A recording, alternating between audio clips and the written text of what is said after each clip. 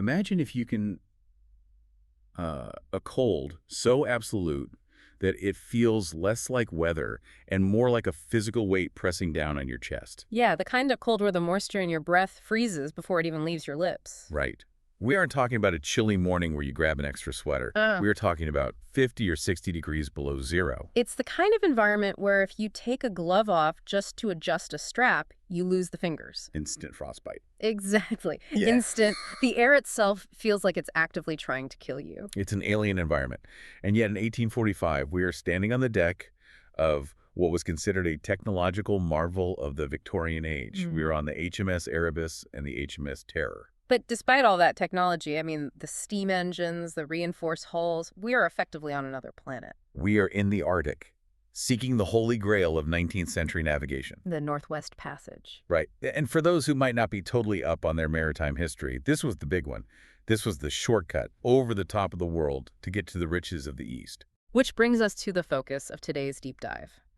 We are looking at the sources surrounding the Lost Franklin expedition. 2 ships, 129 men, the absolute pride of the Royal Navy. They sailed out, and they just vanished. And usually when you hear this story, it's framed as a standard history lesson. You hear about ice charts and bad weather, maybe some scurvy and just terrible luck. But that is definitely not the story we are unpacking today. No, it is not. Today, we are looking at a version of events based on a very specific stack of sources that suggests something far darker than just bad weather was waiting for them out there in the ice. It's a narrative that paints a picture of a supernatural predator of ancient Inuit mythology coming to life, and a descent into madness that is frankly terrifying. It forces us to look at how the rigid, buttoned-up hierarchy of the British Empire clashed with the primal, chaotic forces of the Arctic. And spoiler alert for you listening at home, the Empire loses. Big time. We are going to explore the monsters of this expedition, and I use the plural deliberately here. Because there isn't just one. Right there is the monster on the ice, a creature the Inuit call the Tuunbaq. And then there are the monsters the men themselves become. We're talking mutiny-led poisoning and, yes, cannibalism. It's a really heavy one today, and amidst all that horror, we have this incredible character arc of Captain Francis Crozier. We're going to trace his transformation from this depressed alcoholic second-in-command to a mythic survivor who essentially has to shed his entire humanity just to live. It's the ultimate survival story, but the cost of that survival is identity itself. So buckle up because it's going to get cold. Let's start with the man in charge, the face of the expedition, Sir John Franklin. Sir John is fascinating. If you look at the Admiralty records and the diaries we have in our source stack, a picture emerges of a man who was lovely. Lovely.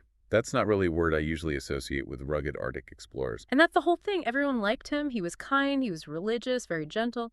But no one actually respected him. Not professionally, anyway. Right. He was 59 years old, overweight, and he had this desperate, almost pathetic need for validation. So he wasn't the dashing hero type at all. Far from it. He was seen as a bit past his prime in the Navy. And he actually had a nickname from a previous disaster. Oh, this is a good one. Tell us about the boots. So years before this, Franklin led an overland expedition in Canada called the Coppermine Expedition. It went horribly wrong. 11 of his 20 men died. Just starved to death in the wilderness. Exactly. They ran out of food, and they were literally boiling the leather of their own footwear and eating lichen off rocks just to stay alive. And Franklin became famous as the man who ate his shoes. Which is wild because in the British press, surviving by eating your own boots somehow makes you a hero. It's that deep Victorian obsession with pluck and suffering. If you suffered terribly, you must be heroic. So he failed. People died, he ate his shoes, and they gave him a knighthood. Essentially, yes. Yeah. But among the serious sailors in the Navy, it made him a bit of a joke. He was seen as a bungler, a man who simply couldn't manage logistics. And right before the Erebus and Terror launched, he was the governor of Van Diemen's Land down in Tasmania. And he botched that so badly, he got a new and even worse nickname. The man in petticoats. Ouch! That feels intensely personal. Oh, it was meant to be. The rumor was that his wife, Lady Jane Franklin, really wore the pants in the family. She was incredibly ambitious. She pushed him. She lobbied the Admiralty on his behalf. And there was also the ghost of his first wife, right? Eleanor, yes. Uh-huh. While she was dying, she essentially told him to leave to go on his expedition. So he has all this psychological baggage. Stinging from that humiliation in Tasmania, he wanted one last glory. He wanted to find the Northwest Passage to prove he wasn't just a nice old man who listened to his wife. It's tragic, really. He's out there for his ego, or maybe Lady Jane's ego. He's looking for redemption in the ice. But he's not going out there in a rowboat. Let's talk about these ships, because Erebus and Terror were supposed to be the space shuttles of their day. They were bomb vessels. That's a very specific class of ship. It means they were built incredibly strong, originally designed to withstand the massive recoil of heavy mortars during wartime. Think of them as floating wooden tanks. Exactly. They were reinforced with thick iron plating and massive oak beams, specifically so they could crush through pack ice. And they had steam engines, which was totally new tech for this. Brand new. They took actual locomotive engines, literal train engines from the London railways, and installed them down in the holds to drive a single propeller. So they could force their way through the ice at, what, about 4 knots? Which doesn't sound fast at all. Not if you're in a car, no. But when you are actively pushing through a frozen ocean, 4 knots is an absolute miracle. It meant they didn't have to rely solely on the wind, which is crucial in the Arctic. But it wasn't just about the ruggedness or the tech. I was reading the manifest and the sources, and the creature comforts on board were insane. It sounds like a floating London gentleman's club. It was specifically designed to maintain the illusion of England. That's a key psychological component of this entire deep dive. They had massive libraries with over 1,200 books. They had hand organs playing music hall tunes. Yes, and china plates, crystal glasses, and the great cabin where the officers would sit down and dine on fine food just like they were back in Mayfair. They were trying to completely insulate themselves from the reality outside the wooden walls. The British Empire firmly believed that if you brought enough silver spoons and enough books, civilization would somehow protect you from nature. But there was a fatal flaw in that luxury. And that brings us to the food. The poisoned chalice. This is where the story takes its first really dark turn, isn't it? Yeah. Before they even see the worst of the ice. Right. The expedition carried enough food for 3 years, but the contract for the tinned food, the canned meat and vegetables went to a man named Stephen Goldner. Goldner. You listening really need to remember that name. Goldner won the Navy contract because he was cheap and he was incredibly fast. He provided thousands of large tins of meat, soup, and vegetables. And the menu sounds ridiculous. We're talking truffled, pheasant, jugged hare, beef a la flamande. Real luxury stuff. It sounds great on a menu. But the canning process was rushed, massively rushed. To seal the huge cans quickly, Goldner's factory used lead solder, and they were notoriously sloppy about it. The sources describe the lead solder dripping down the inside of the cans, like melted wax just mixing right in with the food. So every single time these men opened a tin of luxury soup to celebrate a holiday or a Sunday dinner, they were literally spooning neurotoxins into their bodies. Lead poisoning.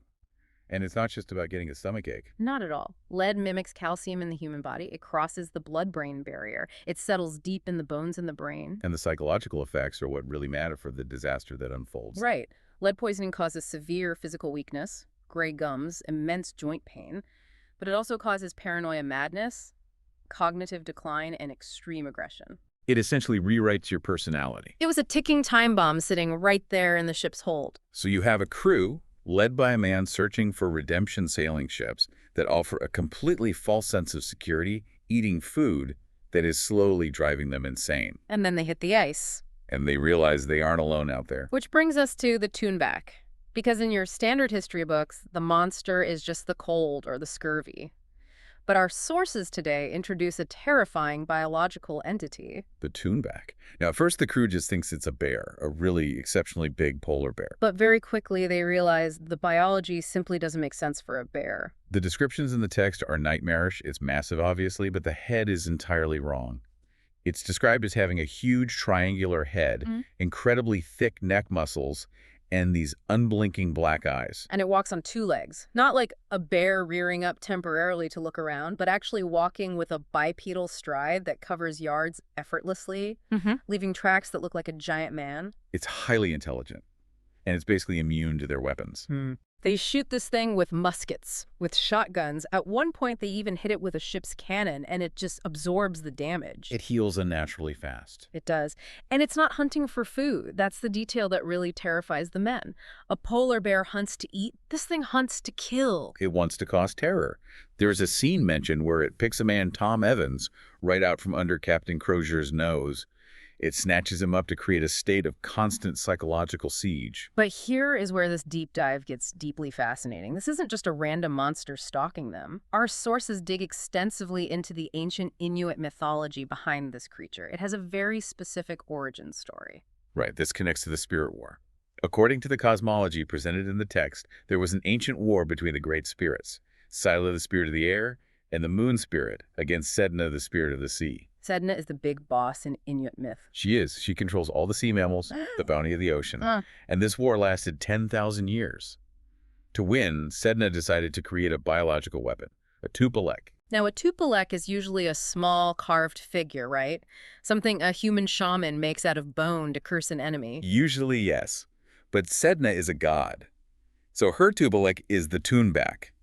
She made it specifically to kill the other spirits. But it was too good at its job. It was completely chaotic, voracious. So when the war finally ended, Sedna banished it to the ice. But there was a catch. There's always a catch with ancient gods. You can't just lock a thing like that away and forget about it. It needs to be managed. It requires a keeper. Managed how exactly? By specialized shamans. The six Mayua, they have to sing to it. They have to govern it. If they don't do this, it will simply destroy everything in its path. It's essentially a mythological nuclear weapon that constantly needs a keeper to keep the safety switch on. And that keeper, the one out there on the ice with the expedition, is the young woman the crew comes to call Lady Silent? Silence or Silna. She is a young Inuit woman who the crew eventually discovers. And she has no tongue. Which the British crew immediately assumes was some sort of terrible injury or maybe a barbaric punishment inflicted by her people. They speculate endlessly. They call them savages. But the reality of her condition is much more grim. It's part of the ancient pact. To commune with the Tuunbaq, to have any measure of control over it, the shaman must offer their tongue to the beast. It literally bites it off. It bites it right off. It's a literal physical sacrifice of one's voice to maintain the balance of the entire world. You give up your ability to speak to men so you can speak to the monster. That is horrifying. And the crew, they just don't get this at all. They look at her and they just see a witch. They are terrified of her. The men think she is actively commanding the monster to kill them, when in reality, she is the only thing stopping it from wiping out both ships in a single night. She is their tether to survival. But the British officers, in their overwhelming arrogance, view her as either a savage or just a scientific curiosity. Except for Crozier. Let's pivot to Crozier. Captain Francis Crozier. He's the captain of the Terror, the second in command of the whole expedition. If Franklin is the optimistic, bumbling figurehead, Crozier is the dark, cynical realist. Why is he the only one who seems to see what's really happening out there? Crozier is a profoundly tragic figure. First off, he's Irish. And in the Royal Navy of the 1840s, that meant he had a permanent glass ceiling he could never break through. No matter how good he was. Exactly. He was a brilliant sailor, arguably far better than Franklin or anyone else out there, but he was perpetually treated as a second-class citizen by the Admiralty. And he's also heartbroken when they set sail. Desperately heartbroken. He was deeply in love with Franklin's niece, Sophia Cracroft. He proposed to her multiple times. And she rejected him. She did, likely because of his lower social status and his Irish background. So when the expedition starts, Crozier is functioning barely on huge amounts of whiskey. He's a full-blown alcoholic. The very high-functioning one, but yes. He uses alcohol to numb the pain of that romantic rejection and to suppress the overwhelming sense of doom he feels about the mission itself. He knows the ice is dangerous. He knows Franklin is incompetent. The whiskey is his buffer against reality. But then the supplies start running low. Or he makes a conscious choice. The whiskey runs out. And the sources describe this as a major psychological turning point. It is huge. When Crozier sobers up, it's not some happy, healthy recovery. He enters a state of what the book calls terrifying lucidity. His steward Bridgens notes that without the alcohol fog, Crozier sees absolutely everything. And this links back to his own family history.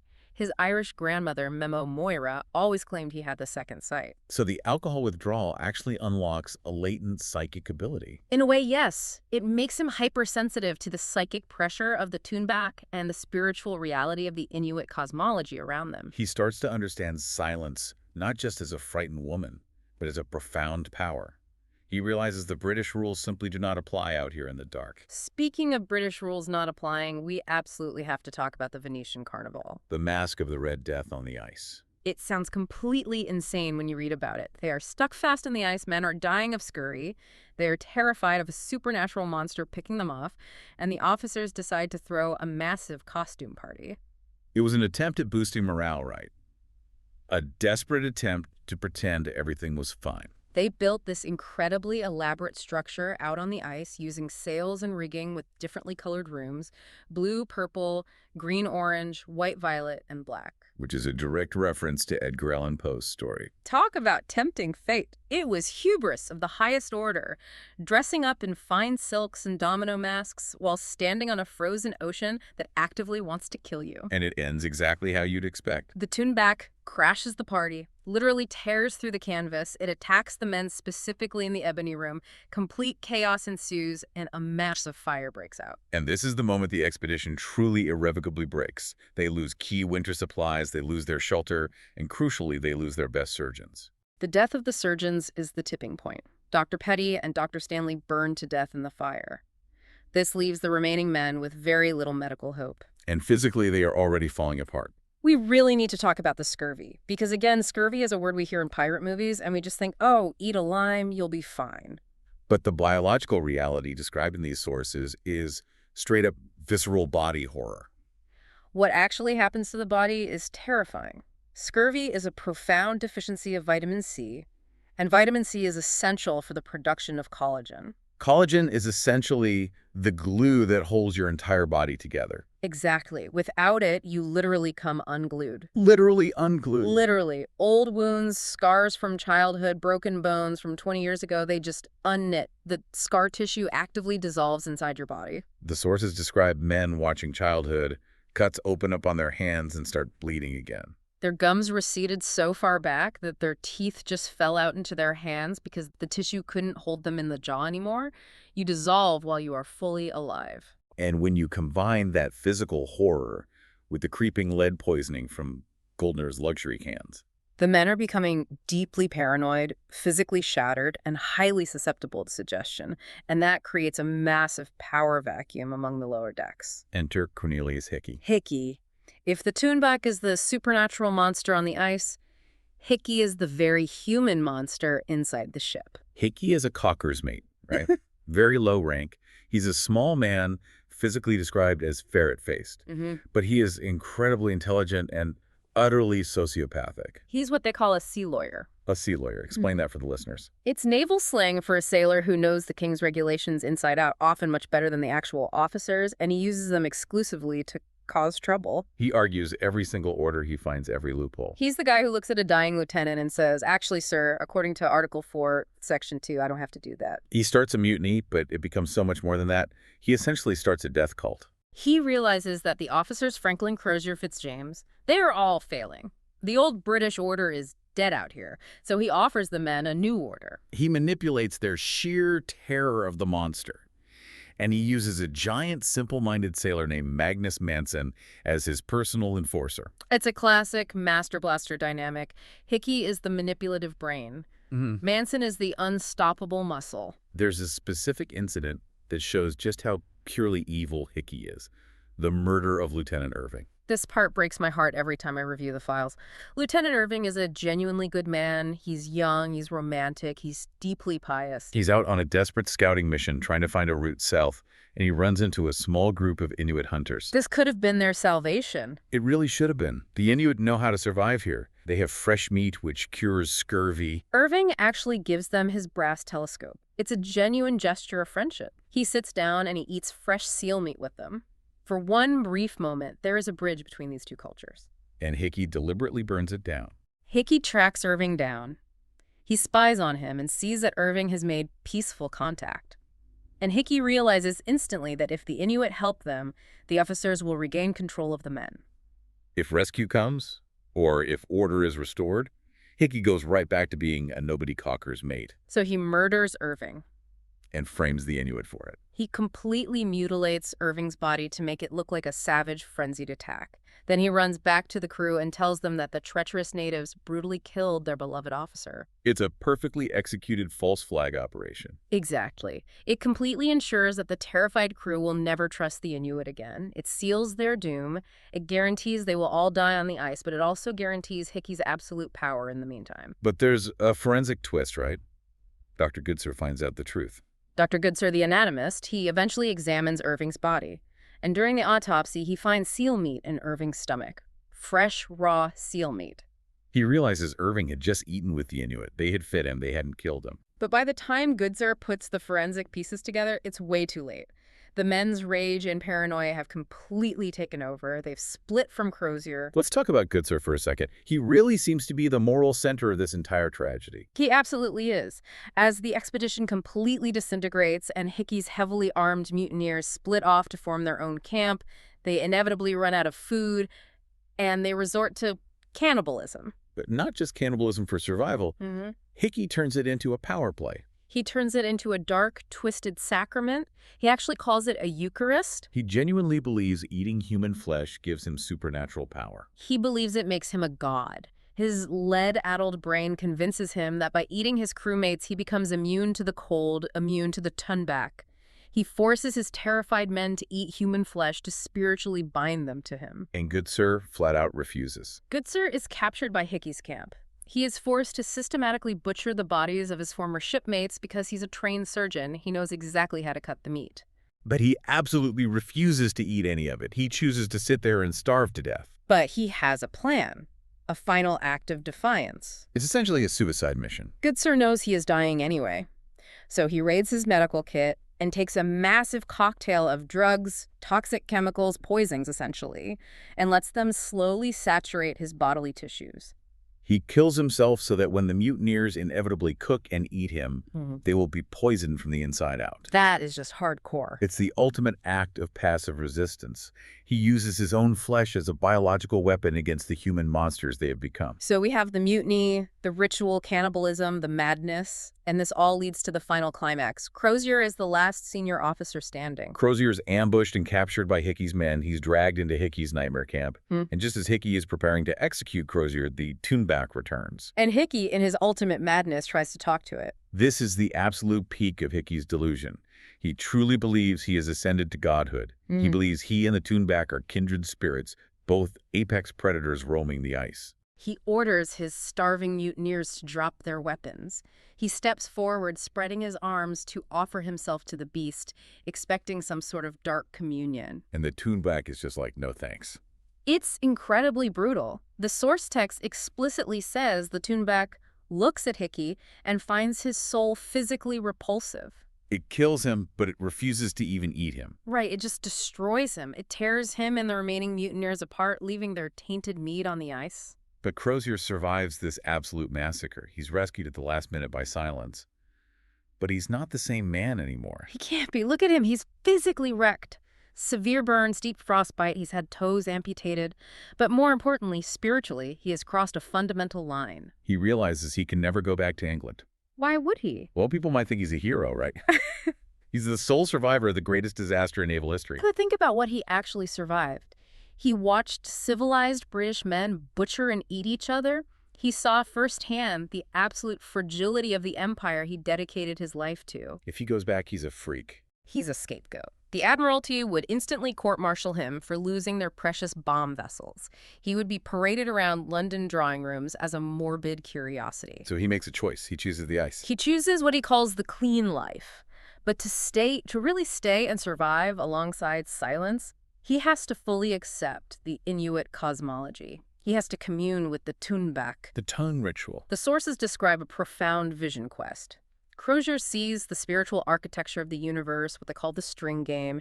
He deeply understands the myths. And in the end, to seal his place in this world, he offers his tongue to the beast. Does he actually lose it? Does the beast bite it off like it did to Silence? The text is a bit ambiguous. It implies he mimics the sacrament, or perhaps the pure intent is enough to forge the bond. But the result is definitive. He becomes Talirikpug, strong arm. He permanently ceases to be Captain Francis Crozier of the Royal Navy. There's a scene in the aftermath that really got to me. It's years later. British search parties finally arrive in the Arctic. They are scouring the ice, looking for Franklin, looking for any survivors. And Crozier actually sees them. He watches them from a ridge. He's living completely as an Inuk now. He has children with silence.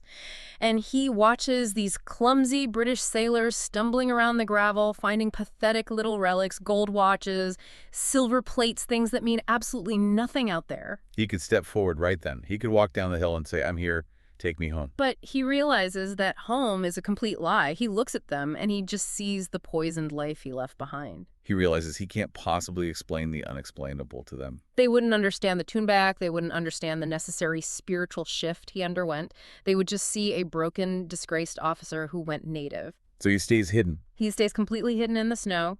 He lets Francis Crozier stay dead so Telerik Tug can live in peace. It's a profound, total rejection of his own history. It is. It forces us as readers to ask, what actually is civilization? Is it the silver spoons and the steam engines and the rigid rules? Or is it the ultimate ability to adapt, to deeply understand the spirit of the place you are in? Franklin died clinging to his silver spoons. Crozier lived by throwing them away. That is the absolute core of this deep dive, the utter fragility of what we call civilization. We think our modern technology and our social titles protect us, but strip all that away, drop us in the dark at 60 below zero, and what is actually left? Just the monster on the ice and the monster inside. Exactly. So we leave you with this thought. If you were in Crozier's boots or his mucklucks by the end, if you were stripped of your title, your history, your society, and faced with the rawest, most brutal form of nature, would you try to hold on to who you were and die? Or would you become something entirely new just to survive? And if you do become something new to survive, are you still you? Something to think about next time you open a can of soup. Thanks for joining us on this deep dive.